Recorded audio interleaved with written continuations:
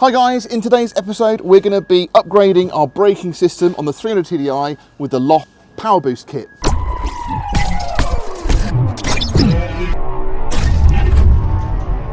So as far as what's involved in the Powerboost kit, there's two elements to it. The first part of this upgrade is this servo. It's a double diaphragm servo that you normally get with an ABS kit. Now this won't fit just straight on. You do need the Powerboost kit to make it fit. And what's in there is a CNC machined spacer, beautifully machined. It's a shame again it's going to be hidden, but that is going to allow us to retrofit that servo onto the vehicle. And you've got all the gaskets and everything as well. Now they say it shouldn't take more than an hour, and the bonus for the Td5 or a 300 TDI is you don't need to disconnect the brake lines. So that is going to make our job a lot easier. So we've got our brake master cylinder here, we've got all our lines attached, and the bolts that we're going to be undoing, we've got two on the servo itself just here, so I've lubed those up ready, and you've got two on each side at the back, so you've got the 4 bolts that attach this plate to this housing here. Now we've got to disconnect everything, so that means going in and removing these plastic bungs. That's going to give us access in here to disconnect everything from the brake servo rod. The first thing I'm going to do is remove these plugs, get the linkage system disconnected, and then we can start taking the assembly apart.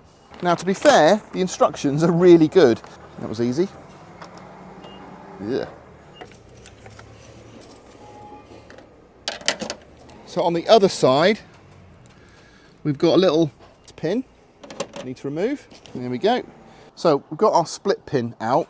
Now we've just got to remove the washer that sits the other side of it. Oh, don't even know if there is one on mine. Nope.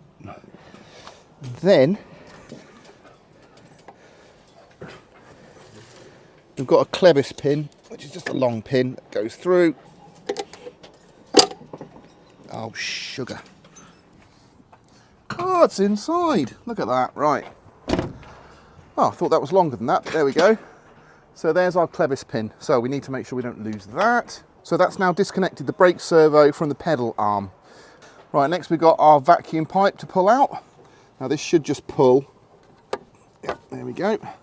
I think we need to use that rubber again on our new one. Yeah, have to give that a little wash and just lubricate that.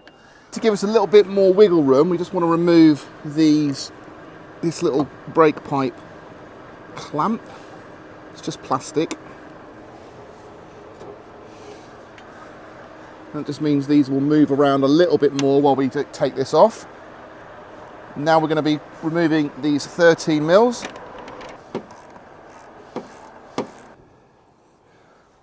Okay, we should be able to just move this out of the way. Okay, I'm just going to disconnect these. Oh, they need a good clean. Right, so that is free, pretty much. So then round the back here, we've got these ones. Now these are very crusty, but I'll give it a go. I'm not convinced that hasn't just spun off.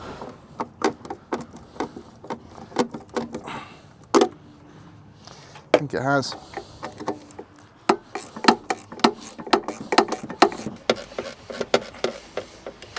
No trouble on these. Do these by hand.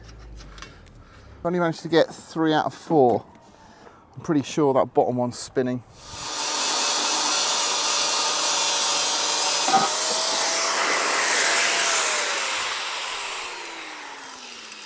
Okay, we should be able to move this out now.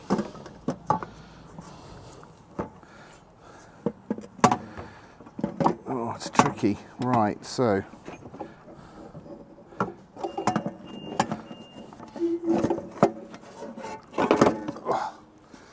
there's our old one. Right, so we've got a bit of access in there. Just having a little look to see what I could treat while we've got a bit of room. So we're looking a bit rusty in there. I think we'll just get that cleaned up and a bit of rust converter, and then we'll get it some anti-corrosion on there as well.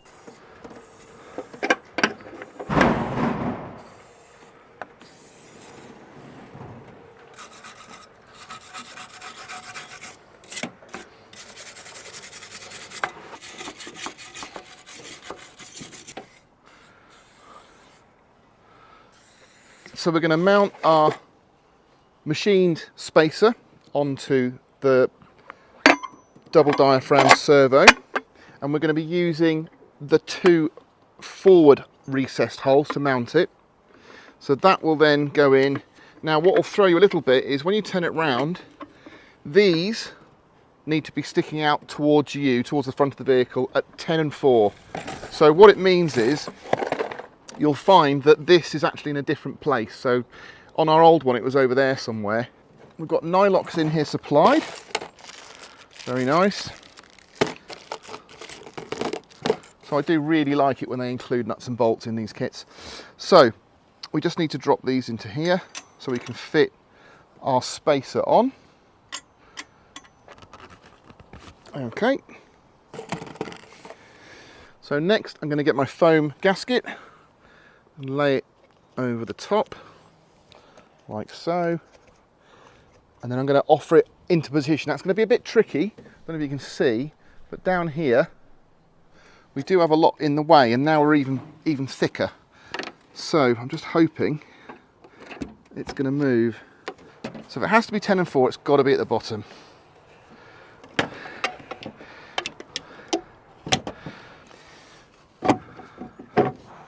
Whoa, right, she's in. Loosely put my nuts on just to hold it in position. I'm not going to tighten it up just yet because I want to get that pin on. So we've got our gasket, our spacer, our double diaphragm. I might be lucky because it looks like this is lining up with the hole. So if I get my cotter pin and try and locate it, it's either there or nearly there. There we go. Oof.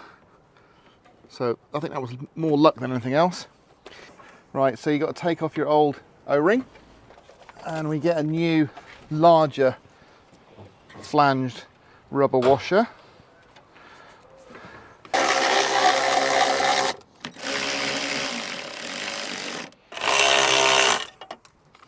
Right, nothing's tight, but I need to check if our vacuum hose is going to be all right, because that's the vacuum pipe and it wants to go there.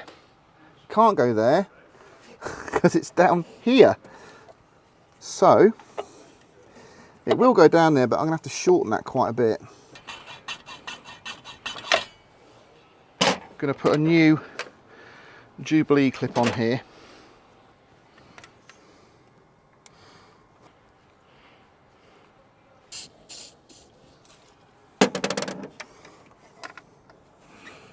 There we go.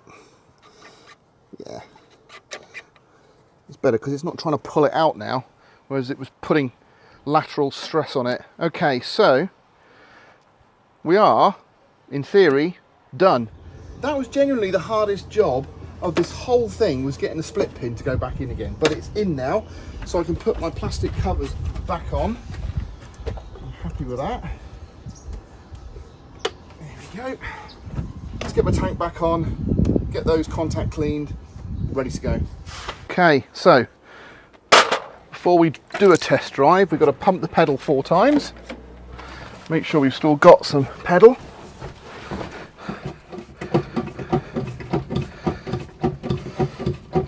Nope, nothing. Right, we're now all done. So, one thing I should mention is, this is the old servo, and you can just see inside there's a pin. Now on the TRW one, our replacement aftermarket one, this pin was only held in by a little tiny sort of spring washer, and so it actually came loose. So when I offered the master cylinder up to it, it just moved it out of the way and didn't engage.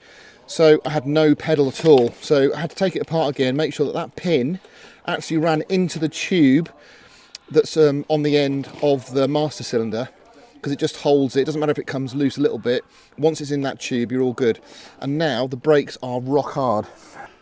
So I will take it for a test drive home this evening, but you can just see here, there's a lot of pressure behind that brake now. So it's going to feel very different. Hopefully it's not going to throw me off. Well guys, I've just come back from a test drive and I can tell you the Powerboost makes a massive, massive difference. The brakes are really good. I mean, they're super sharp and you do have to sort of change your driving style if you're used to sort of like the spongy brakes that you normally get on an old Land Rover. But what a huge improvement. I'm probably going to put some new pads on anyway in the future, but these are spot on. So a massive upgrade and a really simple upgrade really for a TD5 or a 300 TDI. Now, if I had to give a few quick, short tips to you guys that you might not see in the instructions, if you've got a 300 TDI, it's definitely worth moving your expansion tank because you just get way more room and it's a lot easier to move everything. And then when you position your master cylinder back onto the servo again, just make sure you guide it onto that pin, because that's what I wasn't doing, or I didn't do the first time. It just sort of missed and it caused all sorts of problems. So make sure you guide it onto that pin and you'll be sorted. As far as getting everything else set up, it's pretty simple. The only trouble I had was with my split pin. So if I were you, I'd probably buy a new split pin, or a couple, because you'll obviously lose one. But get some split pins ready to replace the one in there, because it's hard work reusing one, because it's all mashed and bent, and it's a real struggle to get access into there anyway. And the last thing is, when you insert your servo and you've got the fork, just make sure it goes either side of your pedal arm, your brake pedal arm inside, because again it can go left or right. You don't want that. So it's just really doing a visual check at each stage to make sure it's all lined up. But what a fantastic kit, and I definitely recommend that's something you get. So hope you enjoyed the video. If you did, give us a thumbs up. Be great if you could subscribe so you don't miss any more content, and I'll catch you on the next one.